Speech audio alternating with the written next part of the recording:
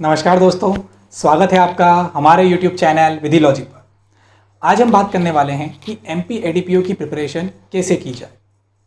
जैसा कि आप लोगों में से बहुत सारे कैंडिडेट्स के जो है हमारे पास मैसेजेस और मेल्स आ रहे थे कि MP ADPO के लिए जो टाइम रिमेनिंग है, यानी कि जो 3 मंथ्स जो बचे हैं, इसके अंदर इसके पूरे सिलेबस को कैसे कवर किया जाए और ऐसी क्या स्ट्रेटेजी बनी जाए, क्या शेड्यूल बनाया जाए कि जो सारे सब्जेक्ट्स हैं वो टाइम से कवर हो सकें। तो दोस्तों, उसी के लिए आज हम ये वीडियो लेकर आए हैं कि आखिर 3 मंथ्स जो आपके पास बचे हैं इसमें आपको कैसी प्रिपरेशन करनी चाहिए एग्ज़ाम क्लियर करने के लिए। तो दोस्तों, उसे शुरू करने से पहले अगर आप हमारे चैनल पर नए हैं तो प्लीज़ सब्सक्राइब अवर चैनल, और अगर आपको हमारी वीडियो पसंद आती है तो उसे लाइक और शेयर ज़रूर करें। तो दोस्तों, अगर हम बात करें MP ADPO के एग्ज़ाम की, तो यह एक ऑनलाइन एग्ज़ाम होने वाला है और इसके अंदर जो टोटल क्वेश्चन हैं वह हैं 150। जो हर क्वेश्चन होगा, ईच क्वेश्चन जो होगा वो यहाँ पर 3 मार्क्स का होगा और इसके साथ ही यहाँ पर माइनस मार्किंग भी होगी। तो इसलिए आपको जो है यहाँ पर MCQ की जो प्रैक्टिस है वो अच्छे से होना चाहिए। तो अगर हम बात करें इसके पूरे पेपर की, तो जो 150 क्वेश्चंस हैं उसमें से 100 जो होंगे वो आपके लॉ के पार्ट के होंगे और जो 50 क्वेश्चंस होंगे वो GS के पार्ट के होंगे। तो सबसे पहले अगर हम बात करें GS वाले पार्ट की, तो यहाँ स्पेसिफिकली आपको सिलेबस में दिया गया है कि जो 35 क्वेश्चंस होंगे वो आपके MP के ऊपर बेस्ड होंगे, यानी कि MP की ज्योग्राफी, MP की इकोनॉमिक कंडीशन, MP के कल्चर, इन सब से रिलेटेड जो है यहाँ पर क्वेश्चन पूछे जाएंगे। तो एक जो मेजर आपका यहाँ पर जो पार्ट है वो कवर हो रहा है। 35 क्वेश्चंस अगर आप यहाँ से अगर कर लेते हैं तो आप अच्छा खासा यहाँ पर स्कोर कर जाएंगे।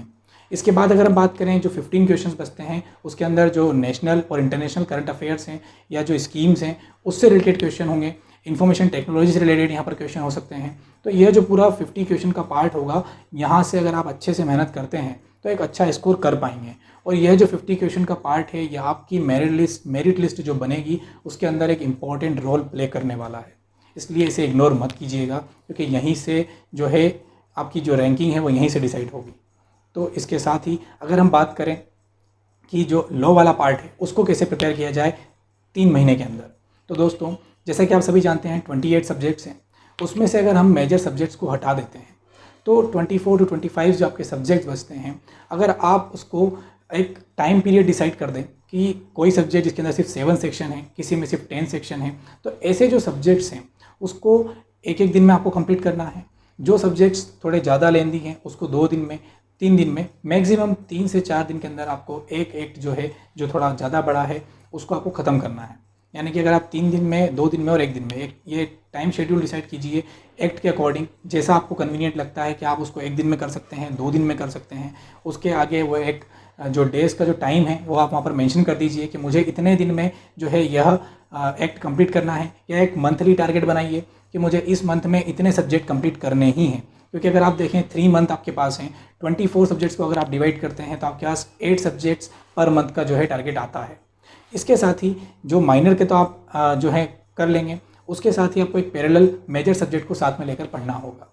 मेजर के लिए भी आपको सेम यही करना है। एक टाइम लिमिट बनाइए कि मुझे इतने दिन में, 15 दिन, 20 दिन के अंदर मुझे जो है एक मेजर सब्जेक्ट यहाँ पर कंप्लीट करना है। तो दोस्तों, टाइम जो आपके पास अभी बचा है उसके अकॉर्डिंग अगर आप तैयारी करते हैं, एक शेड्यूल बना के करते हैं और बिल्कुल एक रूटीन और डिसिप्लिन में अगर आप पढ़ते हैं, तो आपका जो सिलेबस है वह आसानी से कंप्लीट हो जाएगा।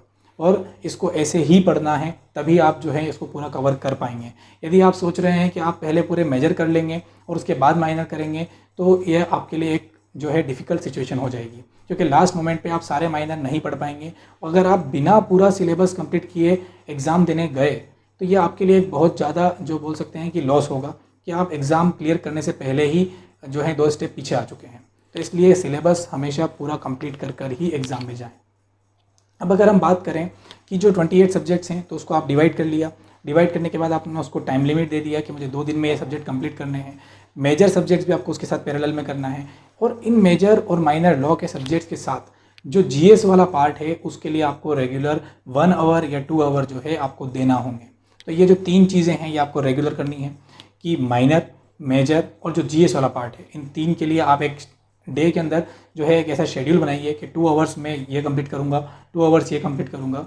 तो इससे क्या होगा कि जो रेगुलर बेसिस पे आपका जो सिलेबस है वह सभी पार्ट में इक्वली डिस्ट्रीब्यूट हो जाएगा और टाइम रहते आपका जो सिलेबस है वो पूरा कवर होगा। तो दोस्तों, कोशिश कीजिए कि इसी तरीके से डिस्ट्रीब्यूशन के साथ पढ़ें। अब जब आप ये तीनों सब्जेक्ट एक दिन में पढ़ लेते हैं तो इनसे रिलेटेड जो MCQs हैं उसे भी उसी वक्त लगाएं, क्योंकि अगर आप MCQs पेंडिंग रखते हैं, अगर ये सोच के कि मैं लास्ट में कंप्लीट करने के बाद लगाऊंगा, तो ये बहुत लेट हो जाएगा। आप जैसे ही आपका सब्जेक्ट कंप्लीट होता है, 1 दिन में 2 दिन में, जैसे ही आपका सब्जेक्ट कंप्लीट हो रहा है, आप उसी वक्त उसके MCQs लगाएं। अगर बात करें मेजर सब्जेक्ट की, तो अगर टॉपिक कंप्लीट हो रहा है तो उसके MCQ लगाएं। अगर हम बात कर रहे हैं GS की, तो GS से रिलेटेड जितना भी करंट अफेयर्स हमारे पास मार्केट में है, वो सब डेली रीड करें। तभी जो है आप एक प्रॉपर और कंप्लीट पैकेज के साथ यहाँ पर स्टडी कर पाएंगे और इस एग्ज़ाम को क्लियर कर सकेंगे। क्योंकि अगर हम कुछ भी चीज़ यहाँ पर पेंडिंग छोड़ते हैं तो वो लास्ट मोमेंट पे कवर नहीं होगी। दूसरी बात करते हैं कि ये जितने भी सब्जेक्ट्स हैं, तो इनसे रिलेटेड जो वीडियोज़ हैं वो हम यहाँ पर हमारे चैनल पर पोस्ट कर चुके हैं। तो जितने भी वीडियोज़ हम यहाँ पर लेकर आए हैं वो सब एग्ज़ाम ओरिएंटेड हैं। इसलिए जब भी कोई आप एक्ट पढ़ना स्टार्ट कर रहे हैं, आप वीडियो अगर देख रहे हैं, तो आप आपका बेयर एक्ट और एक नोटबुक साथ लेकर बैठें। क्योंकि जो इंपॉर्टेंट नोट्स हमने यहाँ पर स्लाइड में आपको वीडियो में प्रोवाइड किए हैं, वह आप आपकी जो नोटबुक है उसमें राइट डाउन कीजिए। क्योंकि जब लास्ट मोमेंट होगा, जो रिवीजन टाइम होगा एग्ज़ाम का, तब ये नोट्स आपको बहुत ज़्यादा हेल्पफुल होंगे। तो इसलिए नोट्स आप अभी से प्रिपेयर कीजिए। जो इंपॉर्टेंट लगता है उसको उसी वक्त राइट डाउन कीजिए। एक नोटबुक भी अगर आप बनाते हैं तो आपके जो 28 सब्जेक्ट्स के मेन पॉइंट्स हैं, वो आप उसको वहाँ पर जो है एक ही जगह पर जो है स्टोर कर सकेंगे। तो इसलिए अभी से प्रिपरेशन कीजिए। अब ये मत सोचिए कि टाइम बचा है, क्योंकि बहुत कम टाइम है और बहुत ज़्यादा जो बोल सकते हैं वास्ट सिलेबस है। इसलिए इसको इस तरीके से जो है पार्टली डिवाइड कीजिए, रेगुलर बेसिस पे इसको पढ़ना स्टार्ट कीजिए। और अगर आपको कोई डाउट आता है तो आप हमसे कमेंट सेक्शन में पूछ सकते हैं, आप हमें मेल कर सकते हैं। तो आपको ये वीडियो कैसा लगा हमें ज़रूर बताइएगा कमेंट सेक्शन के अंदर।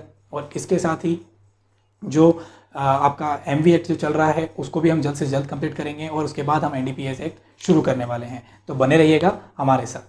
Thank you for watching. Please like, share and subscribe.